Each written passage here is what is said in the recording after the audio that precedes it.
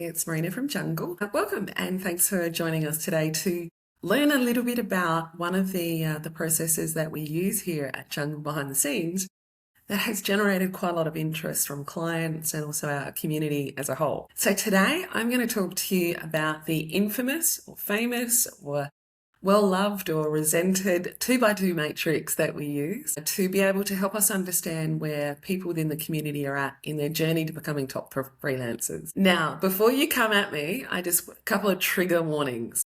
One is the language that is used here is quite clinical. It's not meant to be judgmental or to make people feel bad in any shape or form. It's not. It's just a really simple ABCD model. And it helps us to understand where we can add value and what we can do for individuals to be able to get them to where they need to be in their freelancer, aspirations. We're not experts on this. This isn't an industry standard.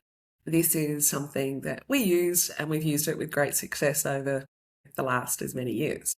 So let me just first begin and set a really, really brief context here. So when you look at the grid, you'll go, oh, okay, I see where you guys are at.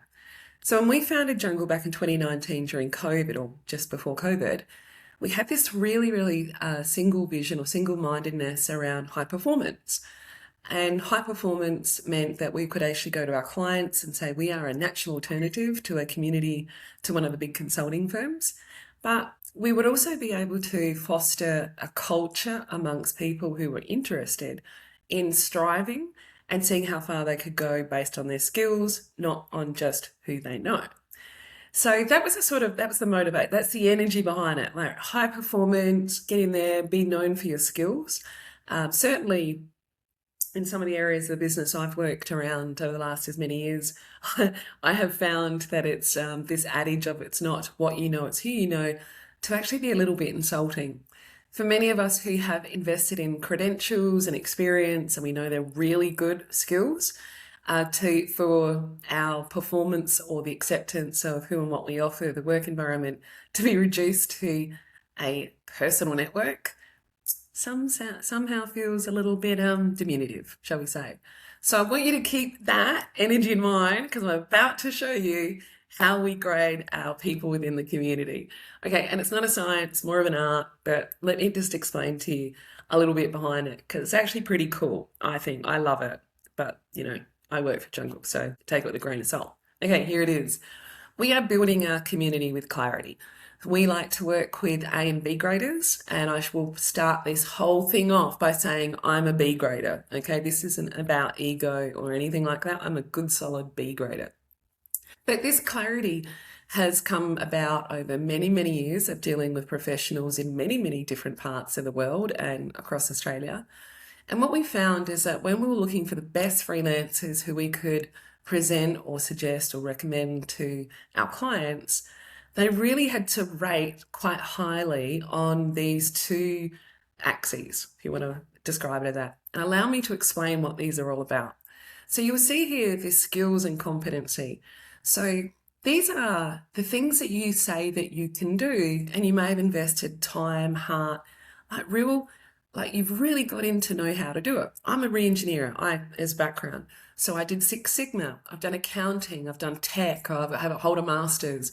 These are the things that are consistent with what I want to be known for in my profession. So the letters after the name, the parchments on the wall, all of those good things would indicate that I've developed a set of skills based on not just my own knowledge, or we're still scooting around YouTube, but I've been in a community and an industry, a trusted industry slipstream that's allowed me to know what I'm doing. That's a really important message and signal to clients to go, okay, we're going to hire someone who is a project manager. We'd really, really like to know that they have developed an excellent set of credentials, they have relevant experiences, and we can look at them as a safe set of hands for that outcome that we're looking for. They're B graders. I'm a B grader. I'm really good at all of that, from that left brain delivering items.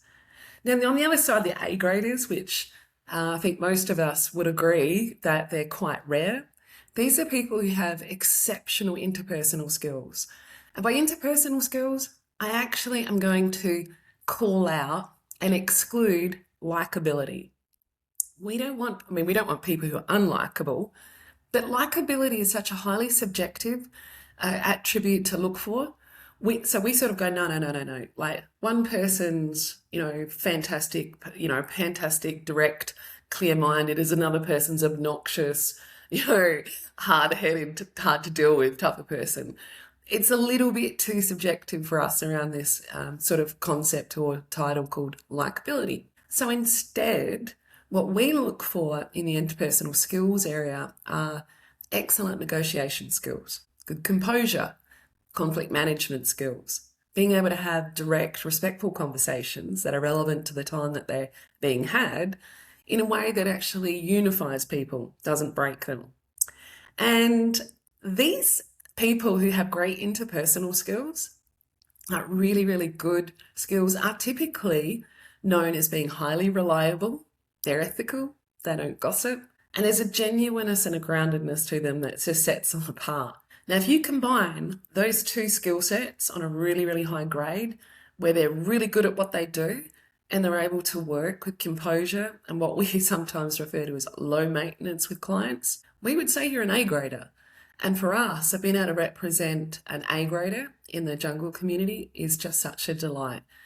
Clients are happy, the people are happy, we're happy.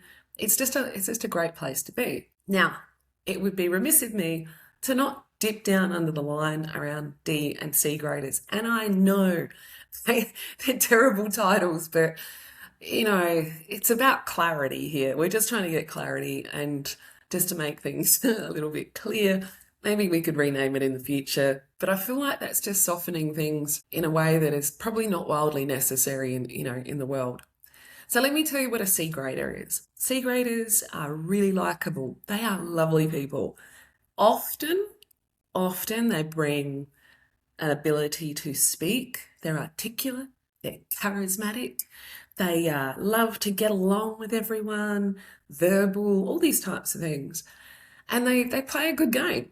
They talk a big, they're talking it up. They've gone to a lot of probably self-development courses about, fake it before you make it. Not always. This is all generalizations. But when we start to see people who have a very strong reliance on network, or they have a very strong reliance on their pipeline based on who they know and how likable they are and what have you, we would probably start to check a few things out, just a little bit more than the normal or the average bear.